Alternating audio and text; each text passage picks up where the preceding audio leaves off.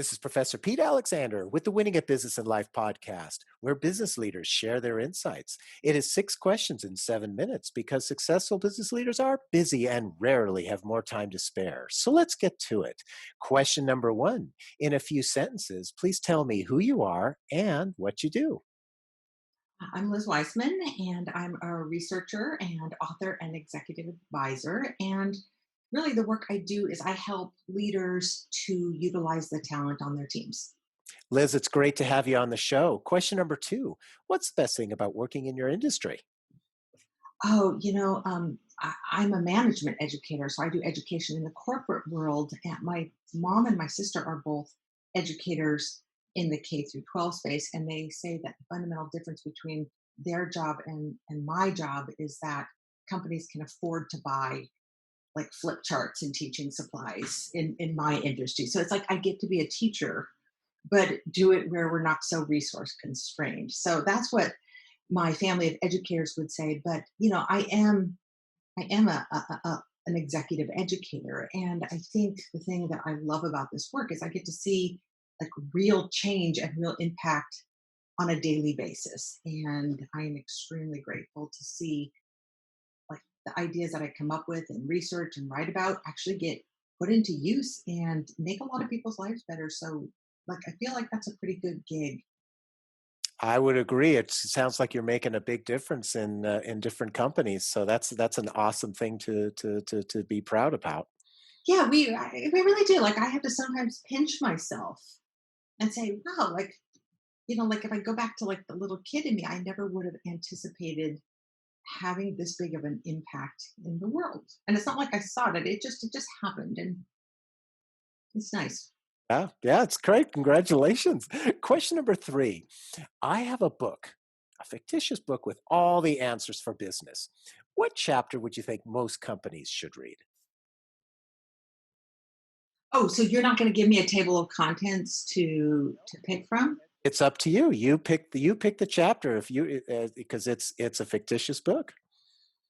I would pick the chapter that's not about answers, but like the questions you need to find answers in your business. And that's the chapter I would have leaders read. And, so much of my own research and work and what I am learning about is really that the best leaders don't have the answers, they have the questions. And so if there's a chapter on how do you develop smart questions and think in questions and ask the questions that unlock thinking and innovation, that's the chapter to read. Because everything else will be outdated, but that Mhm. one stays for a while. I agree 100%. And I love that idea because it's asking those questions because that way you don't jump to conclusions. Am I correct? Well, nice way to end on a question. well, yeah, it's like, we hear so much about the benefits of curiosity and intellectual curiosity, but intellectual curiosity really comes down to, are you more interested in what you know or what you don't know? And if you're more interested in what you know, you're going to bore everyone else, but you're also going to be anchored in the past. And you know like I want to work around and work for people who are more interested in what they don't know, and who start that learning cycle. Mhm, mhm. I really like that idea because you're right. You're going to continue to learn that way too. So it's definitely insightful. Thank you for that. Question number four. Other than the generic work harder, have a great attitude, and care for customers, what advice or insight would you give to other business leaders? Well, I think for leaders, I would give the very clear invitation for them to simply work less. And what I find, my work is around what kind of leadership multiplies the intelligence or talent on a team and what kind of leadership diminishes it. And one of the things we find is that leaders are just trying to do too much. They're trying to provide too many of the answers themselves. They're putting too much of the pressure to do and to know on themselves. And in some ways, what I go into organizations and do is help leaders learn how to do less of the thinking and more of the asking, and just really to do less and ask more, to do less and challenge more and share that burden of leadership with your team. So I would say to the leaders, just try to make yourself a little less useful. You know, like I think at one point I was like trying to help a struggling employee, and I kept trying to help him with this way and that way, and do it. Did you need this information? Finally, he's like, "Please, you know what I could really use is just a little less help, Mhm, like less of your help." mhm, And I really have seen that when I become less useful as a leader, it allows other people to be more useful. And I think the message I would have to contributors at all levels is that in the work we do as contributors, like to really make yourself useful, to not just do your job, but to do the job that needs to be done, which tends to sit in between jobs and fall through the cracks. Like work the white space of an organization and just like every day going to work, like how can I serve at my highest here? Like what, like how do I just make myself useful? mhm. Very insightful. Thank you so much for that. I it's really interesting to hear this because there's always that challenge of trying to get somebody to do the go the extra mile and not fall into the the oh that's not my job scenario. So I'm glad that you brought that up. So question number 5. What other business leader like yourself would you like to acknowledge and invite to be on my podcast?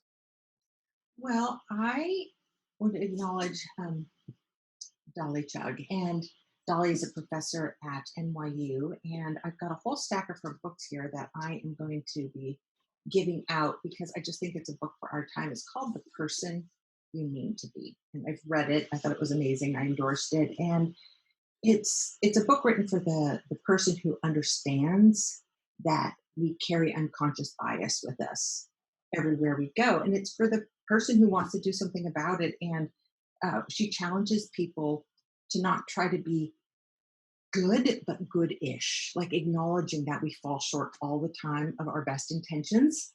And how do we sort of move ourselves in the direction of our good intentions? And I just thought it was a fantastic book. And I think it's a book for our workplace today. Great. Well, I'll reach out to Dolly. Thank you so much for that referral. And question number 6, please tell me about your first job. Well, if we go to my very first job, I worked for my father, who ran. So I'm the daughter of a donut maker, and he ran a Winchell's franchise. So I don't know if that was an East Coast or a West Coast thing, but it was in California. It was in Cupertino, right off of where the Apple campus is today. And I worked for him. I was like 13 years old, working for my dad, and like working for your dad is an interesting experience. Like you feel a certain kind of responsibility. And, my father had told me, like there was this one cardinal rule about don't let anyone into the back office. And this is back in we're in the 70s, like late 70s. And I'm working alone. I'm probably 13 or 14 years old, alone in the donut shop at maybe 8 o'clock or 9 o'clock at night. My dad would come in and do the night shift and relieve me. And I don't know how I got home. Maybe my mom picked me up. Maybe I rode my bike home. I don't know. But I had some people come in and ask if they could go into the back room to use the restroom. And I knew that I was supposed to say no. But like my great big bleeding heart said, well, they just need to use the bathroom. She just wants to go to the bathroom. I ended up getting robbed at gunpoint with that. And so, like, I'm 14 years old and I'm like, do I just grab the cash out of the cash register? Like, the donut shop doesn't make a whole lot of money and it's our family's income. But, it was one of those things where you realize, no, the right thing to do is to hand over this cash. And I had to call my dad and say, Dad, I just gave away all the money in the register. And of course, he said, you did the right thing. But, you learn, like, it taught me, like, sometimes there are rules that are really meant to keep you safe. And I'm a little bit of a rebellious soul that way. And so it's helped me to say, you know what, sometimes there's a reason why you're asked not to do things. Mhm. Very powerful story. Thank you so much for sharing that. It just, my heart went out to you as a 13-year-old being robbed at gunpoint. That must have been so scary. I don't know that it was scary. Like, for some reason, you know how they say like certain people are born without that fear gene, that fear receptacle, like the Alex Honnolds of the world who, like, so I have a little bit of that, and that, like, I just don't do fear. Hmm. Like, I don't know, somehow I've chosen in life not to be afraid of things. Maybe that experience at like 13 was like, "Oh, Uh, what's like, it's gonna be fine."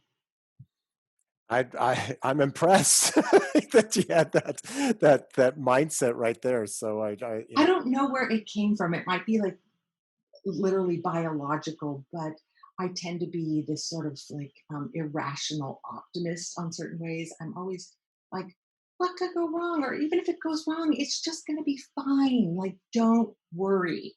But, I'm now 55 years old, and I've been living most of my life without a real sense of fear.